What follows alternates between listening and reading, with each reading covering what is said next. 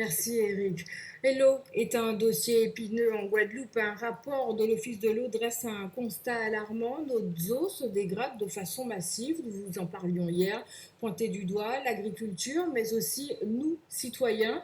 Que pensez-vous faire pour y remédier? Laurence Théatin, Rémi de France. Chlordécone, bisphénol A, glyphosate, lindane, paracétamol. Tous ces composés sont les plus fréquemment retrouvés dans les rivières et cours d'eau de la Guadeloupe. Affolée parce que je me dis que les autorités, il y a des années que ça dure et on devrait trouver une solution. Concernant les pesticides, les agriculteurs, pointés du doigt, se disent les premières victimes. Que ce soit l'INRA ou le lycée agricole, ils ont bien compris qu'en Guadeloupe, il faut bannir la pratique qui nous était imposée après-guerre, c'est-à-dire une agriculture productiviste. Et donc, l'approche systémique des exploitations se fait de plus en plus. Quand je dis ça, c'est pratiquement le principe du jardin créole.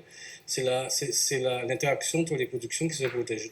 Parmi les produits les plus fréquemment retrouvés, les MPA, métabolites du glyphosate, mais aussi des aminométhylènes phosphonates, utilisés dans les systèmes de refroidissement des moteurs, de traitement des eaux de refroidissement et des détergents industriels et domestiques. Aller laver sa voiture dans la rivière, faire sa lessive dans la rivière, il y a un certain nombre de choses, pour faire des captages sauvages de la rivière, rejeter par exemple tous nos eaux usagées également dans la rivière. Tout cela concourt en fait à cet état très dégradé de nos masses d'eau. Les consommateurs sont partagés entre responsabilité des politiques et responsabilité citoyenne.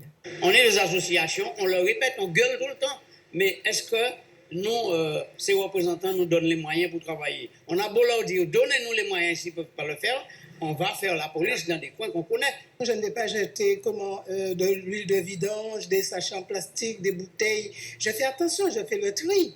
Mais ça ne va pas plus loin que là parce que je suis limitée. La population aujourd'hui n'est pas intéressée, soit pense qu'elle ne peut rien faire elle-même.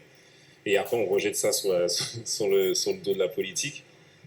Alors qu'à la base, nous-mêmes, on peut faire des efforts, mais il faudrait déjà prendre conscience de ça, et ça depuis le plus jeune âge. La population de la Guadeloupe et surtout de Marie-Galante, à qui il est demandé de diminuer sa consommation d'eau pour réduire la salinisation des nappes phréatiques.